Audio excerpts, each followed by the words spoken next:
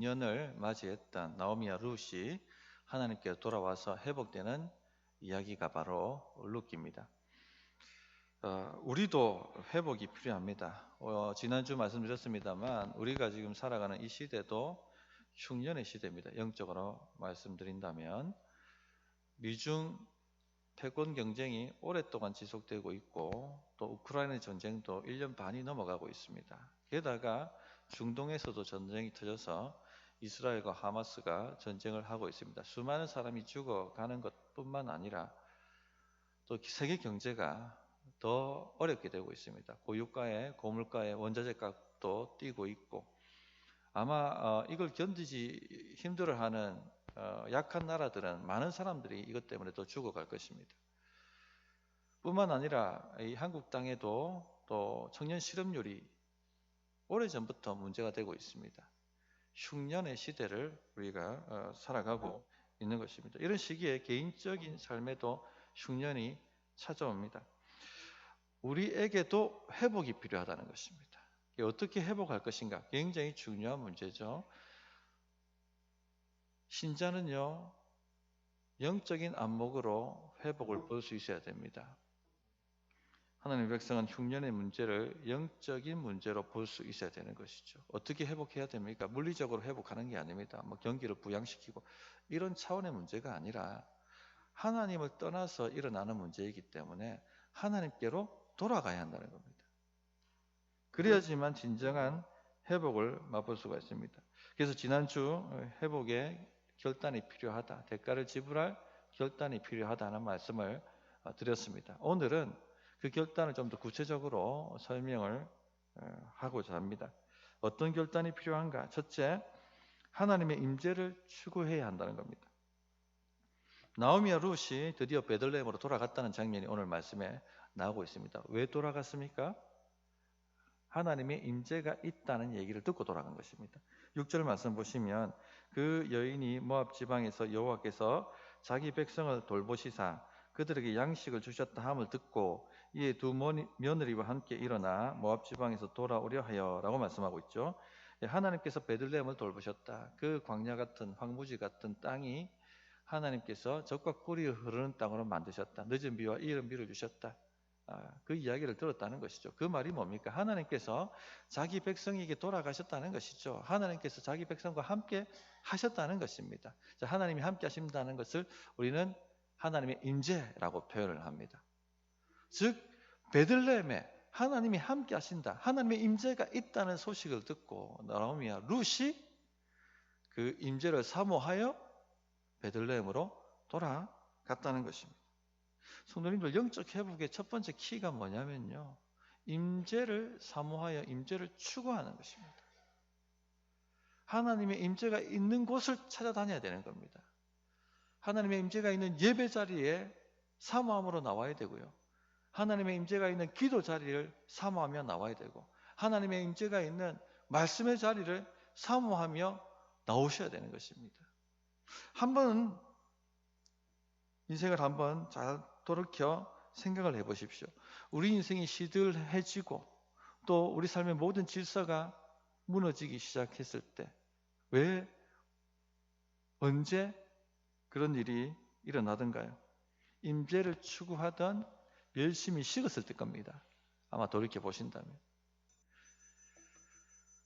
다윗이 사울 왕한테 쫓길 때 그 광야길에서 숨어 다닐 때는요, 하나님 임재를 추구했습니다. 왜냐하면 하나님의 은혜 없으면은 이 고통스러운 삶을 하루도 지속할 수 없기 때문에. 그래서 늘 찬양하고 말씀 가운데 거하고 기도하고 그렇게 살았습니다. 그런데 다윗이 언제 무너집니까? 통일 왕국을 이루고 모든 것이 부족함이 없을 때, 그때 밧세바를 범하는 그 유혹, 성적 유혹에 무너져서 그때부터 인생이 내리막길을 걷지 않습니까? 시들해졌죠. 하나님의 임재를 사모하는 열정이 시들해지니까 인생이 시들해지기 시작한 것입니다. 성도님들, 우리 삶을 잘 돌아보시면 우리가 언제 강력했나 하는 것을 한번 생각해 보십시오. 하나님의 임재를 사모할 때, 추구할 때 가장 강력했을 것입니다. 고난이 없었습니까? 아닙니다. 고난이 많았지만 그러나 그 고난을 이겨낼 수 있었죠. 그리고 그 고난을 반전시킬 수가 있었죠. 하나님의 임재를 사모할 때 우리가 강력해집니다. 왜냐하면 하나님이 함께 하셔야 인생이 제대로 되기 때문에 그렇습니다. 창세기 39장 2절에 보면 여호와께서 요셉과 함께 하심으로 그가 형통한 자가 되어라고 하셨습니다. 하나님이 함께 하셔야 형통하게 됩니다. 사무엘하 5장 10절에는 만군의 하나님 여호와께서 함께 계시니 다윗이 점점 강성하여 가니라. 하나님이 함께 계셔야 점점 강성해집니다. 역대 1장 1절에는 다윗의 아들 솔로몬의 왕위가 견고하여 가며 그의 하나님 여호와께서 그와 함께 하사 심히 창대하게 하시니라. 하나님이 함께 해주셔야 심히 창대하게 되는 것이죠.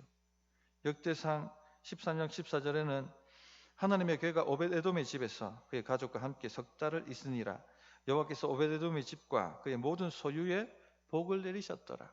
하나님이 함께 해주셔야 참으로 복된 삶이 되는 것입니다. 그 가족과 그 소유에 복을 주신다. 그렇게 말씀하죠.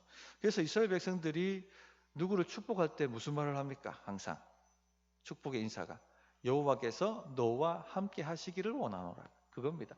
하나님이 함께 하셔야 인생이 제대로 되는 것입니다. 아무리 그 인생이 광야길을 할지라도 부족함이 없습니다. 그래서 신명기 2장 7절에 보면 모세가 40년 광야길을 지나고 난 다음에 이스라엘 백성들에게 고백하는 말이 있죠.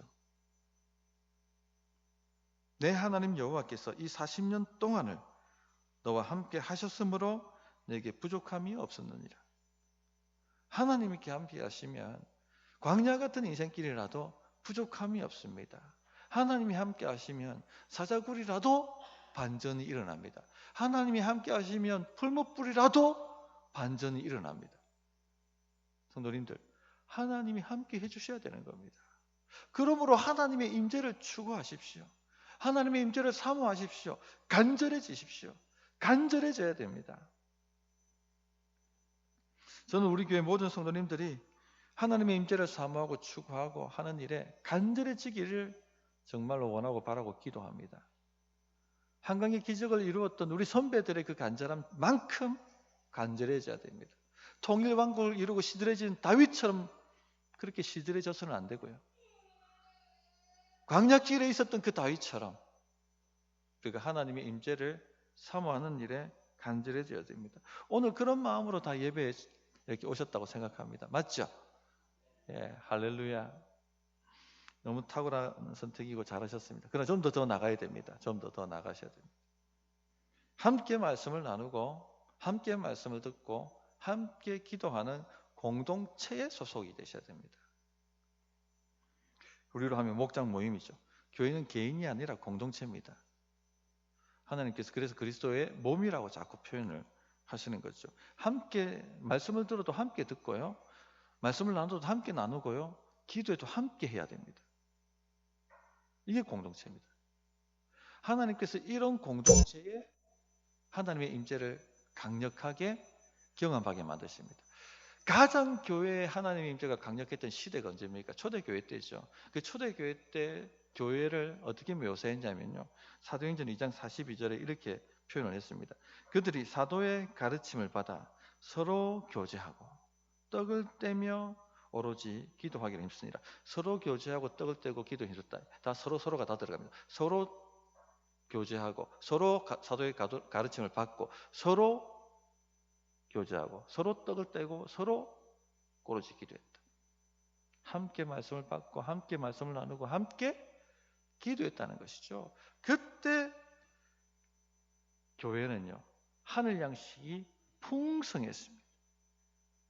문제들이 해결되죠. 우환지고가 끊어지고 악한 영들이 떠나고 가난한 사람들이 부유하게 되어지고 질병에 있던 사람들이 건강케 되어지고 마귀한테 붙들렸던 사람들이 노임을 받게 되고 반전이 일어나고 역전이 일어나고 강해지고 아무도 건들 수 없는 그런 교회가 되었었습니다. 성도님들, 최근 한국 교회에 일어나는 현상 중에 하나가 가난한 성도 현상입니다. 제가 몇 번 말씀드려서 다 아실 것입니다. 나는 크리스천입니다라고 말하지만 교회를 나오지 않는 사람들을 가난한 성도라고 얘기합니다. 안나가 거꾸로가 가나안입니다. 그래서 가나안 성도라고 얘기합니다. 이 가나안 성도가 200만을 넘어서고 있다고 얘기합니다. 지금 한국의 크리스천 숫자가 700만으로 잡습니다. 근데 코로나 이후에 이 가나안 성도의 숫자가 급속히 늘어나고 있대요. 만약에 가나안 성도가 400만이 되고 한국교회 성도가 500만이 되면은 100명 미만의 교회는 다 문을 닫습니다. 산술적으로. 심각한 문제인 거예요. 심각한 문제. 왜 이들이 자신은 크리스천이라고 생각하는데 교회를 나오지 않는가? 그 원인들을 여러 가지 분석하는 것을 보았습니다. 그런데 제가 생각할 때는 다 표면적 원인 같습니다. 근본적 원인이 뭔가? 하나님의 임재를 경험하지 못했기 때문에 그렇습니다. 교회에 왔는데 하나님의 임재를 경험하지 못한 것이죠. 하나님을 만나지 못했던 것이죠. 하나님의 임재를 경험한 사람은 절대 하나님을 떠날 수가 없어요. 하나님을 만났기 때문에, 맛보았기 때문에. 교회에 왔는데 하나님의 임재를 경험하지 못하시는 것이죠. 베들레헴이 빵집입니다. 베들레헴에 빵이 없으니까 사람이 떠나지 않습니까? 베들레헴 빵집에 빵이 다시 나타나니까 사람이 오는 것이죠. 교회는 영적 베들레헴입니다. 영적 빵집입니다. 영적 양식이 가득해야지 이들이 오게 되어 있다는 것입니다. 그러므로 여기에 계신 분들이 너무나 중요합니다. 우리가 하나님의 임재를 추구할 때 그때 하나님께서 우리와 함께 하셔서 경상중부교회 말씀이 있다더라. 경상중부교회 성령의 역사가 있다더라. 경상중부교회 기도 응답이 있다더라 하는 소문이 들려지게 될 것입니다. 그러면 우리도 그 교회 가면 우리 문제가 해결되겠지? 우리도 그 교회 가면 하나님 만날 수가 있겠지? 그런 역사가 일어나기를 우리가 사모하십시다. 두 번째, 하나님의 징계를 달게 받아야 한다는 겁니다. 19절에 보면 그 두 사람이 베들레헴까지 갔더라. 베들레헴에 이를 때에 온 성읍이 그들로 말미암아 떠들며 이르기를 이가 나옴이냐 하는지라. 이가 나옴이냐, 이 세 번역으로 다시 번역해서 풀어보면 이런 말입니다. 이게 정말 나옴이인가? 도대체 당신 남편은 어디 갔는가? 그렇게 의지가 되던 두 아들은 어디 갔는가? 그 많던 재산은 어디 갔는가? 왜 이렇게 초라한 모습이 되어서, 왜 이렇게 빈털터리가 되어서, 이렇게 비참해져서 돌아왔느냐 하는 이야기입니다. 나오미가 20절에 이렇게 얘기하죠. 나오미가 그들에게 이르되 나를 나오미라 부르지 말고 나를 마라라 부르라. 이는 전능자가 나를 심히 괴롭게 하셨습니다. 나오미라는 이름의 뜻은 희락과 기쁨입니다. 희락, 기쁨. 마라라는 뜻은 다 알죠. 마라의 쓴물, 쓰다, 고통, 괴로움. 나를 희락이라 부르지 마라. 나를 고통이라 불러라. 하나님께서 나를 치셨기 때문에, 전능자가 나를 치셨기 때문에 그렇게 이야기를 합니다. 21절 보면 구체적으로 어떻게 하나님께서 치셨는지, 괴롭게 하셨는지가 나오죠. 내가 풍족하게 나갔더니 재산이 많았습니다. 다 가산 다 정리해가 풍족하게 나갔는데 어떻게 하셨다? 여호와께서 내게 비어 돌아오게 하셨느냐. 하나님께서 그렇게 만드셨다는 것입니다. 성도님들, 이 고백이 불평일까요? 원망일까요? 왜 하나님 나에게 이렇게 하셨어요? 왜 하나님 나를 괴롭게 하셨어요? 이 원망일까요? 아니면 회개일까요? 출애굽했던 백성들은 광야길을 걸으면서 늘 원망 불평을 달고 살았죠. 물이 없으면 물 없다고 불평했습니다. 밥이 없으면 밥 없다고 불평했습니다. 만나를 내려주시니까 왜 만나만 주시냐고 불평했습니다. 길을 인도하시니까 왜 이런 어려운 길로 인도하시냐고 늘 불평을 달고 살았습니다. 지금 나오미가 그런 불평을 하고 있는 걸까요? 왜 나를 치셨습니까? 왜 나만 치셨습니까? 왜 나에게는 고통을 주십니까? 나오미가 지금 하고 있는 건 원망 불평이 아닙니다. 왜냐하면 나오미는 돌아왔거든요. 나오미는 하나님 임재를 찾아서 돌아왔거든요. 이 돌아오다는 히브리 동사가 슈브인데 회개했다, 회개의 의미를 가지고 있는 동사입니다. 즉 나오미는 회개하고 돌아왔기 때문에 지금 이 고백은요, 하나님의 징계를 내가 인정한다라는 고백인 겁니다. 하나님의 백성은 천수답 인생입니다. 하나님께서 우리를 택하셨어요. 하나님의 백성은 하나님만 의지해야 되고 그 하나님이 주시는 그 은혜로 살아가는 사람들입니다. 그런데 하나님 떠나 살겠다고, 내 힘으로 살아보겠다고, 하나님 간섭하지 마세요. 내가 알아서 삽니다. 내 인생 내 마음대로 살 테니까 뭐 이래라 저래라 하지 마세요 하고 떠나면 흉년이 찾아옵니다.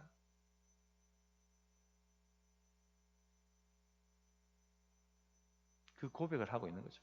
하나님 인정합니다. 제가 하나님을 떠났습니다. 그러므로 하나님 저를 치셨습니다. 그렇게 인정하는 겁니다. 여호와께서 내게 비어 돌아오게 하셨느니라. 자신의 불신앙 때문에 하나님이 나를 징계하셨다는 것이 인정하는 것이죠. 인정한다는 말은 뭐냐면 그 징계를 달게 받겠다는 것입니다. 나를 나옴이라 부르지 마라. 나는 말하다. 나는 이 징계를 달게 받습니다. 그렇게 받아들이는 행동입니다. 성도님들, 하나님은 징계의 아버지세요. 히브리서 12장 6절부터 8절에 보면 주께서 그 사랑하시는 자를 징계하시고 그의 받으시는 아들마다 채찍질 하심이니라 하였으니 너희가 참음은 징계를 받기 위함이라. 하나님이 아들과 같이 너희를 대우하시나니 어찌 아비가 징계하지 않는 아들이 있으리요. 징계는 다 받는 것이거늘 너희에게 없으면 사생자요 참 아들이 아니니라. 하나님은요, 우리가 하고 싶은 대로 살도록 내버려 두시지 않습니다. 하나님 뜻대로 살도록 우리를 징계하십니다. 징계하시는 아버지죠. 우리도 우리 자식들을 징계하죠. 그냥 우리 자식들 자기들 마음대로 살라고 내버려 두지는 않습니다. 그러면 인생 망치니까. 그래서 징계를 하죠. 사랑하니까, 내 아들이니까, 내 자식이니까 말로 타이르고 설득도 해보고, 그래도 안 되면 회초리를 듭니다. 자식 때려보신 분이 계신지 모르겠습니다. 회초리 들어보신 분이 계신지 모르겠습니다만 자식 때릴 때 쾌감을 느끼면서 자식 때리는 부모 없습니다. 속으로 눈물 흘리며 때리죠. 제발 잘못했다고만 얘기해라.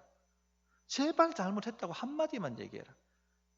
그런데 안 하니까 눈물 흘리며 때리는 것입니다. 그날 밤 아버지는 잠을 이룰 수가 없습니다. 우리가 말로 아이를 혼낼 때도 쾌감을 느끼며 혼내는 부모가 없습니다. 마음이 타들어가지고 제발 잘못했다고만 해라. 그렇게 아이를 말로 혼내고 난 이후에도 밤에 잠이 옵니까? 뜬 눈을 세웁니다. 속이 타고 애가 잘못될까 봐 전전긍긍하며. 이것이 바로 우리 하늘 아버지의 마음이세요. 하늘 아버지께서 우리를 징계하실 때 쾌감을 느끼시는 분이 아니에요. 속이 타들어가시는 겁니다. 제발 잘못했다고만 얘기해요. 하나님의 징계는 눈물이 납니다. 그러니까 우리가 징계하는 정도의 징계가 아닙니다. 하나님이 징계하시면 삶이 비참해집니다. 나오미를 보십시오. 남편이 죽었습니다. 의지가 되던 두 아들도 죽었습니다. 그 풍성했던 재산도 다 잃어버렸습니다. 탕자의 비유에도 나오죠. 그 많던 재산을 다 잃어버리게 만드셨고 그 많던 친구들도 다 떠나게 만드셨고 돼지 치는 일꾼이 되어서 그것도 배가 고파 돼지 사료 먹는 그 비참한 인생으로 떨어지게 만듭니다. 왜 이렇게 하시냐면요, 하나님 없는 세상이 어떤지를 맛보게 만드시는 거예요. 지옥이죠, 지옥. 하나님께서 은혜의 담비를 멈추시면 인생이 어떻게 황무해지는지를 철저하고 처절하게 경험하게 만드십니다. 그것이 바로 하나님의 징계입니다. 성도님들, 지금 우리가 살아가는 이 시대의 형편이 하나님의 징계라는 것을 깨달을 수 있기를 바랍니다. 앞에서 말씀드렸습니다만 우리가 살아가는 시대가 흉년의 시대예요. 내가 지금 그렇게 형편이 그렇지 않다라고 이걸 깨닫지 못하지 않기를 바랍니다. 지금 우리의 시대가 흉년의 시대입니다. 하나님의 징계 회초리가 내려쳐지고 있다는 것을 깨달아야 됩니다. 삶이 왜 이렇게 어렵습니까? 왜 이렇게 취업하기가 힘듭니까? 왜 이렇게 경제활동이 어렵습니까? 원망 불평할 때가 아니라 이 징계를 인정하고 달게 받아들여야만 한다는 것입니다. 히브리서 12장 5절에 내 아들아 주의 징계하심을 경히 여기지 말며 그에게 꾸지람 받을 때에 낙심하지 말라 말씀하셨어요. 주의 징계 받을 때 경히 여기지 말라. 지금 이 시대의 징계를 경히 여기지 말라는 것입니다. 무시하고 넘어가지 말라는 겁니다. 하나님께서 징계하시는 목적이 뭡니까? 돌아오라는 것이죠. 하나님의 임재를 추구하는 것으로 돌아오라는 것입니다. 교회여 돌아오라는 것입니다. 나의 백성이여 나의 성도여 돌아오라는 것입니다. 다시 예배 자리를 사모하는 열정을 회복해야 되고 다시 기도를 사모하는 자리를 회복해야 되고요. 다시 말씀대로 살려고 하는 그 열심을 회복해야 한다는 것입니다. 간절해져야 됩니다. 지금 이 시대가 우리에게 주는 메시지는요, 간절해지라는 것입니다. 그런 은혜가 우리 성도님들 있기를 바랍니다. 셋째는요, 하나님의 때에 돌아가야 한다는 겁니다. 22절 보시면 나오미가 모압 지방에서 그의 며느리 모압 여인 룻과 함께 돌아왔는데 그들이 보리 추수 시작할 때에 베들레헴에 이르렀다. 보리 추수 시작할 때, 즉 하나님의 응답이 역사하실 때, 즉 하나님 돌아보시는 그 타이밍을 맞추어서 돌아왔다는 것이죠. 베들레헴에 늦은 비와 이른 비가 내리기 시작했다더라. 파종했던 씨앗이 나기 시작했다더라. 그 소식을 나오미가 들었습니다. 이것은 하나님의 부르심이었습니다. 나오미야, 늦었지만 돌아와라. 이제라도 내가 돌아와야 한다. 하나님의 음성이 들릴 때가 하나님의 타이밍입니다. 하나님의 때입니다. 그때가 하나님의 기회입니다. 그걸 놓쳐서는 안 되는 거죠. 생명의 삶 공부할 때 죄에 대해서 3가지 정의를 내렸어요. 첫째가 불법이다. 즉 하나님 말씀대로 안 사는 것, 자기 멋대로 사는 것, 그것이 죄라고 말씀을 드렸습니다. 두 번째 죄 개념이 무엇이었습니까? 미래가, 장래가 내 손에 있다라고 착각하고 살아가는 것, 그것이 죄라고 말씀드렸습니다.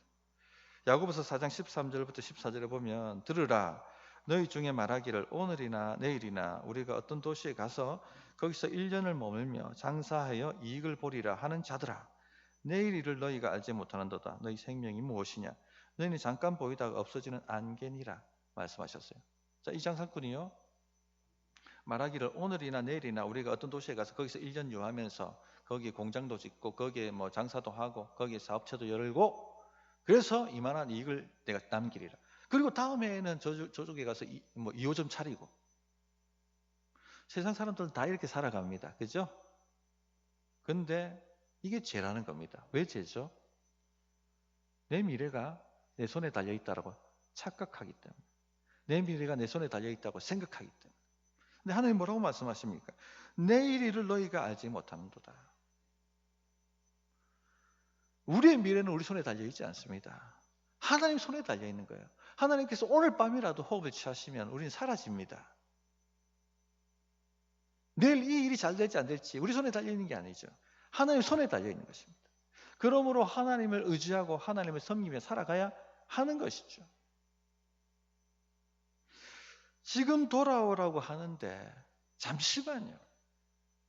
다음 기회에 잠시만요. 언젠가는 돌아가겠습니다. 그렇게 말하지 말라는 것입니다. 그것은 내일이 내 손에 달려있다고 생각하는 겁니다. 언젠가 다시 기회가 오겠지. 기회가 자기 손에 달려있다고 생각하는 것이죠. 그런 일은 일어나지 않습니다. 그렇게 생각하고 살아가는 건 죄입니다. 더 큰 죄를 짓는 것이죠.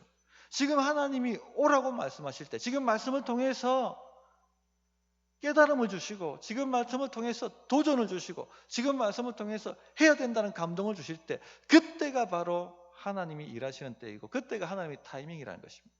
그러므로 미루지 말고 하라는 것이죠. 그 기회를 놓치면 사라집니다. 가데스 바네아에서 이스라엘 백성들이 이제 가나안 땅을 정복하기 위해서 하나님의 명령을 받고 들어가려고 했습니다. 12정탐꾼을 보내지 않습니까? 10명이 돌아와서 부정적인 보고를 합니다. 온 백성들이 그 부정적인 불신의 보고를 듣고는 울며 불며 돌을 들어서 모세를 치려고 합니다. 그때 하나님께서 나타나셔서 그 불신의 보고를 했던 10명의 정탐꾼을 재앙으로 죽여버리십니다. 놀란 백성들이 울며 불며 우리가 잘못했습니다. 우리가 다시 올라가서 저 가나안 땅을 치겠습니다. 저 가나안 땅을 정복하겠습니다. 때는 지나버렸습니다. 모세가 뭐라고 얘기합니까? 때가 끝났다고. 기회는 사라졌다고. 올라가지 말라고. 그러나 또 올라가죠. 어떻게 됩니까? 대패해서 40년 광야 생활 그 징계를 받게 됩니다. 하나님이 부르시는 때를 놓치면 기회는 사라집니다. 때를 놓치고 아무리 발버둥 쳐도 의미가 없는 거예요. 역사는 일어나지 않습니다. 그리고 지금 내 마음에 기도 자리를 사모해야겠다는 감동이 올 때 일어서십시오. 지금 예배 자리를 사모해야겠다는 감동이 올 때 일어서십시오. 다시 하나님 우선으로 살아야겠다. 하나님을 내 삶의 우선순위로 만들어야겠다는 감동이 올 때 일어서라는 것입니다. 그때 돌아와야 한다는 겁니다. 성도님들 말씀을 정리하겠습니다. 나오미는요, 늦었지만 잘 돌아왔습니다. 내가 늦었지만 일어나야겠고, 내 며느리들이 다 떠나도 난 돌아가야겠고, 사람들이 나오미야 어떻게 되었느냐, 왜 이렇게 비참해졌느냐 수근수근 거려도 나는 돌아가야겠다 하고 돌아오게 되었습니다. 만일 그 타이밍을 놓쳤다면 룻이 보아스를 만났겠습니까? 하나님의 그 회복시키는 섭리의 수레바퀴를 놓치고 말았을 것입니다. 지난 목회 편지에 매일 중보팀이 기도하는 교회이고 싶다는 말씀을 드렸습니다. 몇몇 분들이 벌써 팀을 만들어서 목사님 우리가 어떤 날 기도하겠습니다 하고 찾아와 주셨어요. 너무 감사합니다. 뭔가가 꿈틀꿈틀대고 있다. 성도님들 이렇게 임재를 추구해 보십시다. 이렇게 한번 돌아가려고 애를 써 보십시다. 저는 확신합니다. 반드시 하나님께서 역사를 하십니다. 문제들이 해결될 것입니다. 가난이 떠날 것이고 질병이 치유될 것이고 귀신들이 떠날 것이고 우한 질고는 끝나고 놀라운 승리의 역사, 회복의 역사가 우리 성도의 삶에 풍년의 역사가 넘쳐나게 임할 줄을 믿습니다. 네, 그런 은혜가 있기를 바랍니다. 기도하겠습니다.